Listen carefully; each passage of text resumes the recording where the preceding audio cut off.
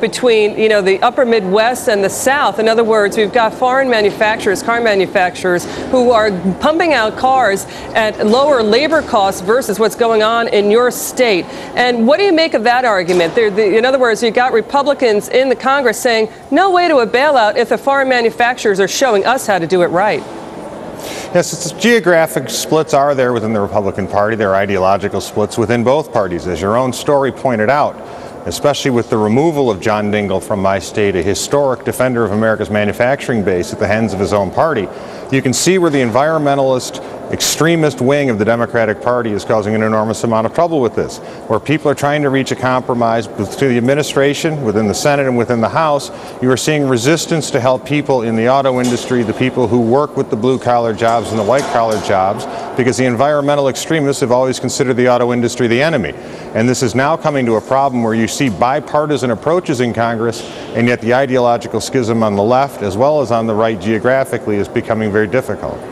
I find it interesting. You're an interesting case study, Congressman, because on one hand, you voted against the bailout, the $700 billion TARP plan for Wall Street, and you want to go with the auto deal. Yet the opposite seems to be the case in the broad polls that we keep reading about and getting reported to us, because Wall Street has a specific problem that came up because of the housing bubble, but that the automakers have had decades of a bad business model. So how do you reconcile voting for or being for a auto deal but against the TARP plan? Well, first, because the TARP plan was never going to work, and it wasn't simply the housing bubble. There was bad deals with insurance of mortgages and everything else going on Wall Street. So the policy paradigm we find ourselves in, which if you're Mr. Paulson, as you have explained, is A, the TARP didn't work, they already repealed it. You're going to have $700 billion already appropriated to go to a plan that has failed. You're going to have a situation where if the big three go into bankruptcy, massive social costs are going to be put on the federal government. Foreclosures are going to shoot through the roof, destroy any chance of this bad policy being done. I did not create the bad policy paradigm. I beg them not to do it. We would love to see free market approaches. Unfortunately, this administration and this Congress did not do it. The situation now in terms of equity is this. If you vote no on this package, $700 billion is going to Wall Street and banks, including healthy banks that don't even want the money, and you're going to be undermining your very attempt to try to fix the credit markets, by Mr. Paulson's explanation, by increasing foreclosures exponentially and incurring massive social costs on the federal government. So that's how you reconcile the two.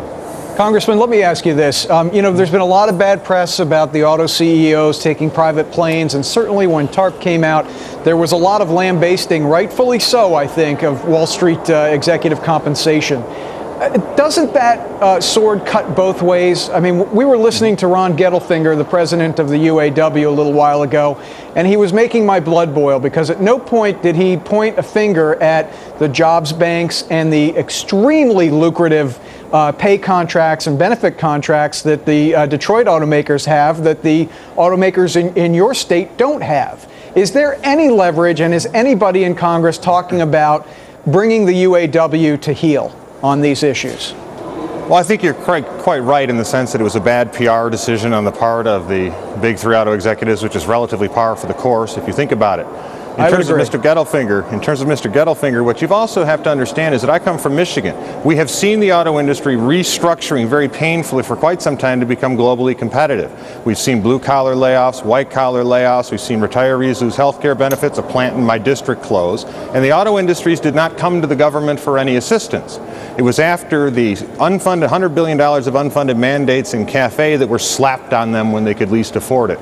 It was when the Wall Street crowd decided to crash the credit markets and Washington decided to spend $700 billion to bail them out and seize up the credit markets and retard a free market solution to this that has brought the big three here. Yep. But you are correct, that was poor PR. Now, in terms of Mr. Gettelfinger, what I've always suggested is that we bring the parties into a room and see what they can come up with and stop negotiating in the paper, stop negotiating in front of Congress, and be adult about this. Congressman, in December 2005, Rick Wagner, the CEO of GM, wrote an editorial for the Wall Street Journal saying, look, we didn't move fast enough, essentially, to make lower cost, because they're less profitable, smaller vehicles, because the SUVs and the trucks are more profitable for the automakers. And what you're seeing now, oil prices spiking $147 a barrel this past summer, sales started to really plunge at the automakers. Isn't it true that the automakers are really slow off the mark in giving consumers what they wanted and selling cars that nobody wanted? Well, first of all, they were not slow to the mark to sell the SUVs that people wanted. It was government that decided they were going to try to mandate smaller cars for public that did not want them. In terms of the energy spike, you bring up an excellent point, is that one of the classic failures of Washington has been to have a sound energy policy in the United States that will prevent such sudden spikes, and as we've recently seen, such sudden deflation of gas prices in the United States, so that people can make assumptions on what types of cars to produce based upon market conditions and reasonably certain expectations of economic conditions. These are failures of the government, not of the auto industry. Congressman, this may be a little off subject, but it's a style question about the hearings that are going on in Washington over the last 2 days. Yesterday, the head of the three companies plus the head of the union are sitting there, and you had 5 minutes to ask them questions. You never asked them one question. I'm curious why you spoke to them as opposed to asking them questions. Well, because I live there every day and we have these conversations all the time. Plus, I was running to the committee hearing, and I wanted to put forward the case that is not being made in the press or anywhere else as they continue to demonize and attack the auto industry. Certain key issues. One of the most compelling for Republicans, which we seem to overlook, is do you want the arsenal of democracy, which is controlled in American hands, to go into bankruptcy in a time of war? These are things that I don't hear. I wanted them to know the pain and suffering of restructuring that had occurred, and how the big three wanted to be left alone as that pain and suffering went on, and how government was responsible. Because I yet to see any of the senators or Congress members that voted for CAFE increases, unfunded mandates on businesses, take responsibility for that action in helping to bring the auto companies here today. What is the automakers' responsibility in this whole scenario? What is their role in the crisis? It seems to me that no one is saying in your state that the automakers, hey, they are partly to blame. They're largely to blame for bringing themselves to where they are today. We've seen this continually as they restructure, as they were doing the restructuring package. What we didn't see when they were slapping $100 billion of unfunded CAFE standards on them was any recognition that restructuring had occurred. In many ways, they considered it a geographic problem with the manufacturing sector as a whole, located in the Midwest, as opposed to understanding the gravity that you have to have a balanced economy and that there are people being hurt. They simply did not care, and ironically, a large part of that was because of the housing bubble. People kept saying how wonderful the American economy was, despite the downturn in manufacturing and the downsizing. So part of the problem, as we've always said, and it goes back to the plane, is these have not been particularly good PR times for the auto industry. They didn't let anybody know the restructuring and how painful it was that they were doing, in which they wanted to be left alone by the government to finish it. And they certainly haven't helped their cause in coming out in a time of crisis and running around. Congressman, if I may, I understand the case for both sides. I understand the case for the bailout, and I also understand the case for Chapter 11. I don't think anybody's factoring in, though, time as a variable in both these cases.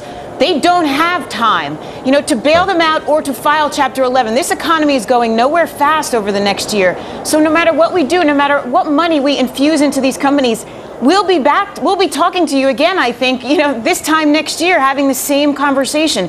How do we prevent that from happening? Well, three things have to happen, which is why it's difficult to do this in the press and on the floor. You have to disabuse people of the notion that the big three have not been restructuring. You have to make certain for people that they know that these companies are able to sustain an injection of liquidity at this point through a bridge loan and will not be back in the future. And what you really have to do is get them in a room to negotiate, if that's even possible to do within the legislative environment. But you are absolutely right. This is not a manufactured crisis. I assure you, the last thing Mr. Gettelfinger or the auto companies wanted to do was to be here in a lame duck session with the time running, and they'd rather have waited for the Obama administration and a bigger Democratic majority. So they are here out of necessity, not out of decision. All right. That is McCotter, Congressman from Michigan. Thanks, Congressman. Thank you. Appreciate your time. Thank you, sir. Appreciate it. We are going to take a break, come back. We'll go down to the New York Stock Exchange and check on the markets, because while we were talking to the congressman, once again, the markets have turned around. We went from a minus to a positive. We're now